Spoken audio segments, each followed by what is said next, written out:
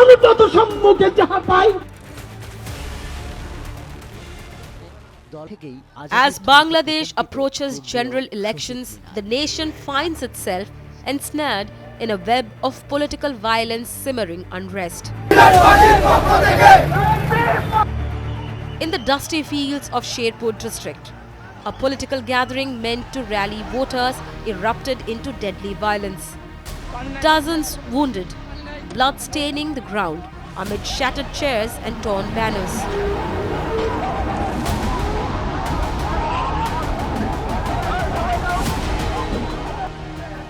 The gathering was meant to be orderly, civil.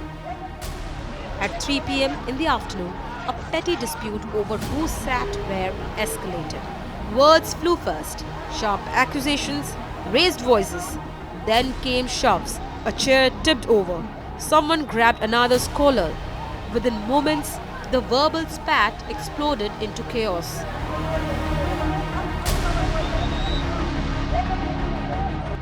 Hundreds surged forward. BNP activists in one direction, Jamaat supporters in the other. The air filled with shouts, the cracks of plastic breaking, the thud of bodies colliding. What started over seats turned into a full brawl. Chairs became clubs. The ground turned into a battlefield. What I saw when I was staying there from 1994 to 97 is that the student politics plays a major role in determining the elections whenever they are held, whether it is general elections or other elections that take place, and their role mostly has been confrontational and violent. If you look at 2001 elections, there were 20 people killed, and 2008 there were over 110 incidents that had taken place. Even 1986 or 88 elections, there was significant number of violence that had taken place. So violence is nothing new in Bangladesh politics. Now we come to the second and most important aspect in this. Bangladesh Nationalist Party, as of this moment, there was a popularity poll carried out by InnoVision Consulting, and they have found that in Bangladesh politics, BNP is currently securing 41.3% popular vote, Jamaat-e-Islami 30.3%, and NCP is only 4%. But the alliances that have been formed are between Jamaat-e-Islami, NCP, as well as Islami Andolan Bangladesh. Now they want to unite the vote so that they can beat BNP. The spark for much of these tension can be traced to December 2025, when Sharif Osman Hadi, a 32-year-old activist, was gunned down in broad daylight. Hadi's spokesperson for the Inqilab Moncho group was shot in the head by masked assailants. Bangladesh convulsed. Thousands poured into the streets of Dhaka.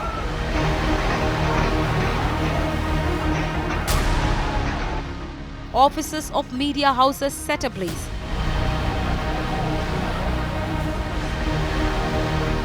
And amid the rampage, Hindus paid the price.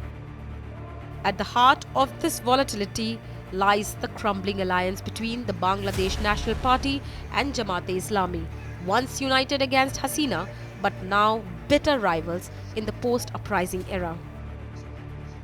At this period of time, it has become crucial for both of them that they undertake this student politics, which would become confrontational, and that is why you will find a lot of youth leaders getting attacked or both sides taking on violent activities. But one thing major has happened for Bangladesh Nationalist Party since Tariq Rahman has come.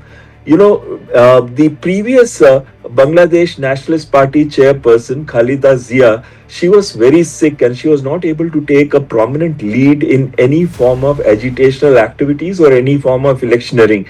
This is the time when Tariq Rahman has come. He has brought in a unity in amongst the BNP, and he's focused on two aspects: one, promotion of democracy, and second, and very important, secularism. Whereas Jamaat-e-Islami wants to focus on bringing in or promoting Sharia law.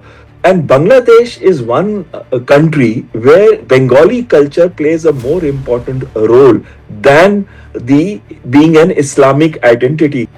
For decades, the centre-right BNP and the Islamist Jamaat collaborated, sharing power from 2001 to 2006 and opposing Awami League dominance.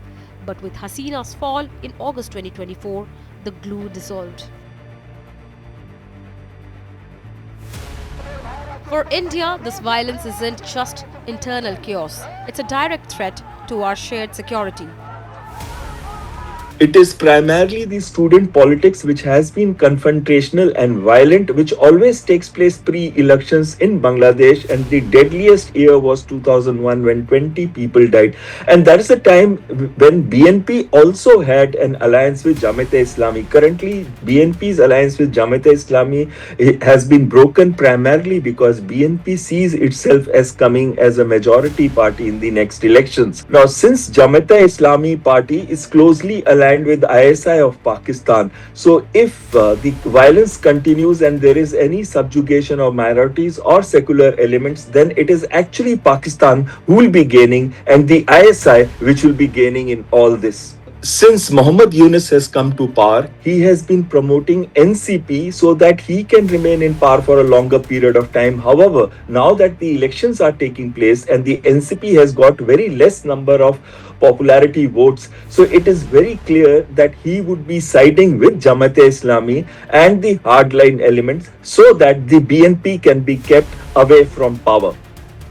As Bangladesh stands at this political crossroads, the stakes could not be higher. They ousted a leader in the name of saving democracy, only to find the nation now governed by a regime that appears to have turned its back on democratic norms.